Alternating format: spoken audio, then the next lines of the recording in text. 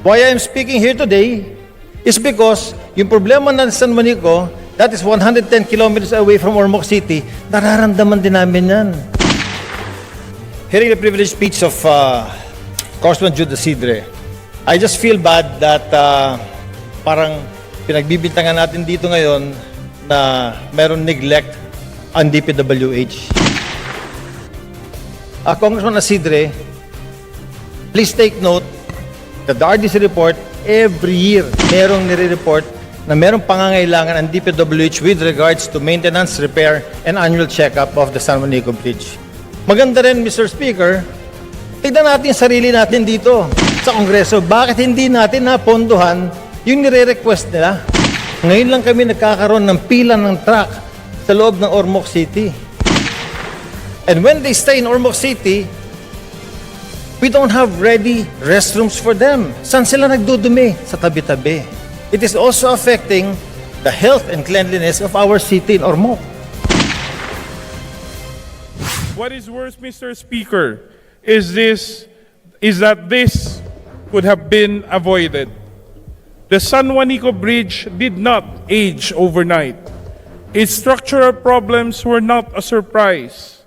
Yet DPWH waited for the results of a consultant study before taking any real action, and by then it was too late.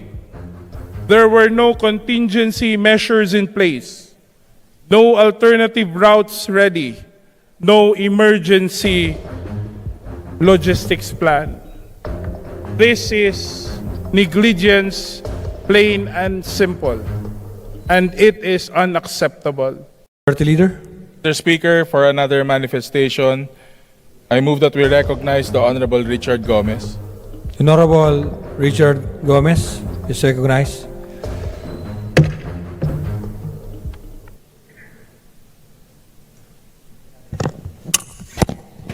Maraming salamat, Mr. Speaker. Hearing the privileged speech of Congressman Acidre, I was once a part of the RDC 8 when I was mayor of Ormoc City. And on a yearly basis, all the problems na kinakailangan natin na ponduhan kung mayroong problema, ito ay laging tinitake up sa RDC. So yung mga regional offices, kung anong kailangan nila, inire-report po yun. I just feel bad that parang pinagbibintangan natin dito ngayon na meron neglect ang DPWH. Because in the last RDC, Mr. Speaker, it was brought up that every year, DPWH will report kung ano yung kailangan ayusin sa atin. And also, andun lagi ang San Juanico Bridge. It is in the RDC report, if we will take a look at it. Mr. Speaker.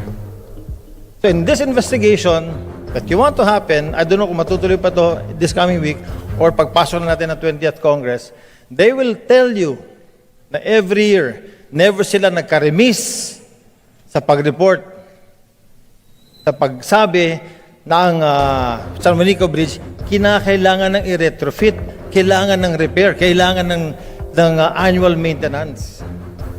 Siguro, maganda rin, Mr. Speaker, tignan natin sarili natin dito sa Kongreso. Bakit hindi natin napondohan yung nire-request nila? Why I'm speaking here today is because yung problema ng San Juanico, that is 110 kilometers away from Ormoc City, nararamdaman din namin yan. Ngayon lang kami nagkakaroon ng pila ng truck sa loob ng Ormoc City. And when they stay in Ormoc City, we don't have ready restrooms for them. Saan sila nagdudumi? Sa tabi-tabi. It is also affecting the health and cleanliness of our city in Ormoc.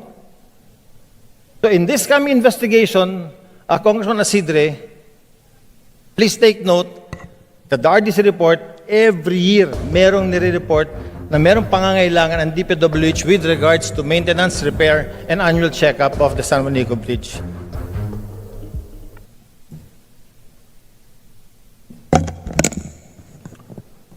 Honorable Gomez, is that a manifestation or a... It is a manifestation, Mr. Speaker.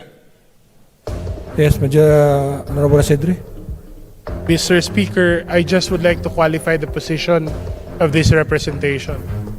We have no arguments, and we agree that for the longest time we have been asking funding, even not only for the repair of the San Juanico Bridge, but including the construction of a second San Juanico Bridge, considering that we have already seen the wear and tear and the life of the structure itself.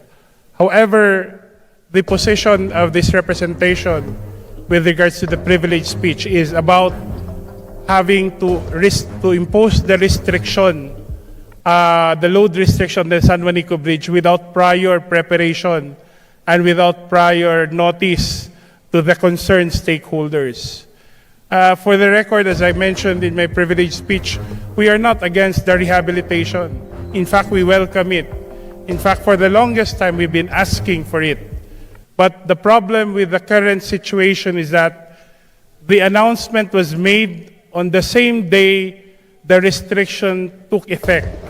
And in that case, as the honorable colleague from Ormoc has mentioned, Congressman Gomez has mentioned, not everyone is ready to address the consequences with the changes in terms of alternative maritime routes, in terms of the adjustment in the traffic, and even, as mentioned earlier, even the sanitation and the other services needed for the truckers. I think it's important to qualify that our concern stems from this. Because as mentioned earlier by the Honorable Garin, this is a matter that did not happen overnight. This is something that could have been avoided. Preparations could have been made earlier. The moment DPWDH felt that they needed to take in a consultant to make an structural integrity assessment of the bridge, should have started the need to draw contingency plans. It should have already beckoned DPWH to consider the worst scenario so that in case a situation would have been recommended that would warrant the restrictions on the bridge, then there would be a minimal disruption to the movements of goods and peoples as well as services from the islands of Leyte to Samar. We are one with the Honorable Gomez in saying that this has been a long concern of the region, having been part also of the Advisory Council of the Regional Development Council of the region. We've worked also closely in recommending funding for the second San Juanico Bridge. There is no question about that. Our concern for this matter is that this situation where we find ourselves in, wherein there was little or there was not inadequate preparation given prior to the closure or the imposition of load restrictions on the San Juanico Bridge, could have been done better. And it's important that we put this in mind because it could happen somewhere else under similar, even worse circumstances. So it's important that before such decisions of such magnitude are taken, there could have been proper coordination with the different stakeholders.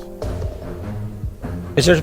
Speaker, as part of last part of my manifestation, I would like to add, Mr. Speaker, kung pwede, kung matutuloy ang investigation natin, we will have to ask the committee secretary to please prepare all the requests of DPWH with regards to San Juanico at the start of 19th Congress. Because as reported, every year, every budget year, nire-request nila yon. Baka kung sakaling hindi na ibigay yun, baka tayo yung nag-remiss. Baka nakalimutan lang natin. Baka hindi natin nakita na talagang kailangan palang ponduhan ang pagpapaayos ng San Juanico Bridge, Mr. Speaker. So, part of his resolution, we ask that all records of requests coming from DPWH, ilabas po natin. Thank you. Noted. Thank you, Honorable Gomez. Acidre. Thank you, Honorable Acidre. Majority Leader? Mr. Speaker, I move that we refer the privileged speech of the Honorable Jude Acidre and the manifestations to the Committee on Rules. Any objection? Hearing none, the speech of Honorable Jude Acidre, including the manifestations of Honorable Gomez and Honorable Garin, is referred to the Committee on Rules. Majority Leader.